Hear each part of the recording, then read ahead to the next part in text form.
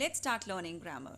In this video, we will talk about sentence structures. In English grammar, sentence structure is the arrangement of words, phrases, and clauses in a sentence. And there are three types of sentence structures: simple, compound, and complex. Now, examine the following sentences. Aman waited for the bus. It is a simple sentence. Aman waited for the bus, but the bus was late. It is a compound sentence. Aman realized that the bus was late while he waited at the bus stop. It is a complex sentence. Let's understand the difference. Simple sentence has one independent clause. That is, it has a subject and it has a verb and is a complete thought in itself. Let us understand this with the help of examples. Aman waited for the bus. We took this example earlier and now we are understanding what is the difference between those three sentences which we took earlier. In this sentence, we have one subject, Aman, and one verb, waited. And this is a complete thought in itself. And that is why it is a simple sentence. Sometimes simple sentences have a compound subject. Like Raghav and Aman took the train. Here our subject is compound. Simple sentences can also have a compound verb. For example, the girl smiled and sang a song. So here we have a compound verb. So simple sentence can occur in these three structures. I hope now you have understood simple sentence. Simple sentence contains one subject and a verb combination, and it also acts like an independent clause which is a complete thought in itself. Now let us talk about compound sentences. These sentences are combination of two or more independent clauses joined together by a coordinating conjunction. Now, coordinating conjunctions are easy to remember by using the acronym fanboys, where F stands for,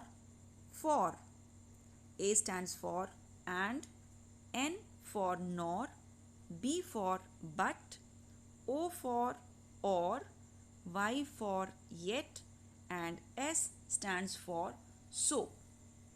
These coordinating conjunctions are used for joining two independent clauses.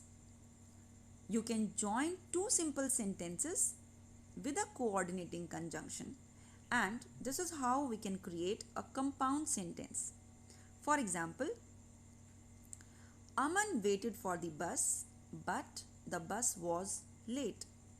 Here, this is an independent clause and this is also an independent clause.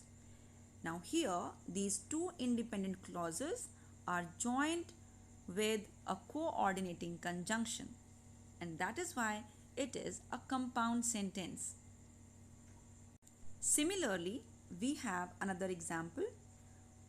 Raghav and Aman took the train before I arrived, so I did not see them at the railway station.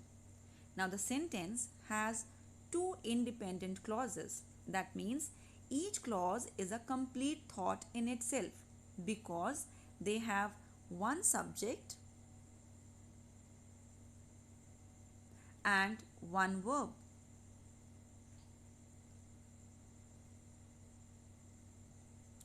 And these two independent clauses are joined with a coordinating conjunction so, and that is why it is a compound sentence.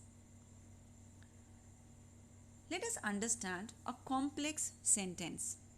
Complex sentences are composed of an independent clause and a dependent clause.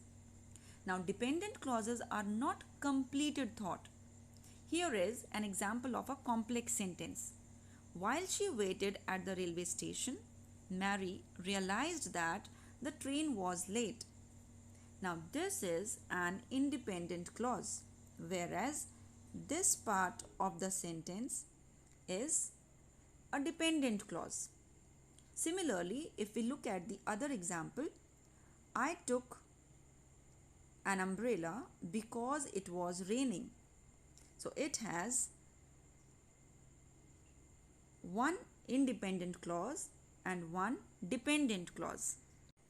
You will notice that the dependent clause, while she waited at the railway station and because it was raining, even though they have a subject, she, it, and a verb, waited, was raining, they are not a complete thought. To complete their meaning, they have to depend upon the other half of the sentence, and that is why they are dependent clauses. So I hope now you have understood what are complex sentences.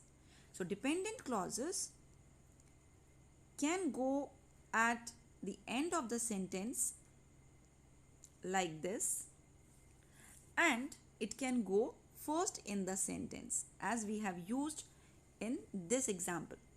Now, one thing to notice here is that when we use the dependent clause in the beginning of a sentence, we use a comma to separate the two clauses. But when we use a dependent clause at the end, we do not use any comma here to separate the clauses. I hope you have understood simple, compound and complex sentences, and now you will not get confused in these three sentence structures. So keep watching and keep learning. Thank you.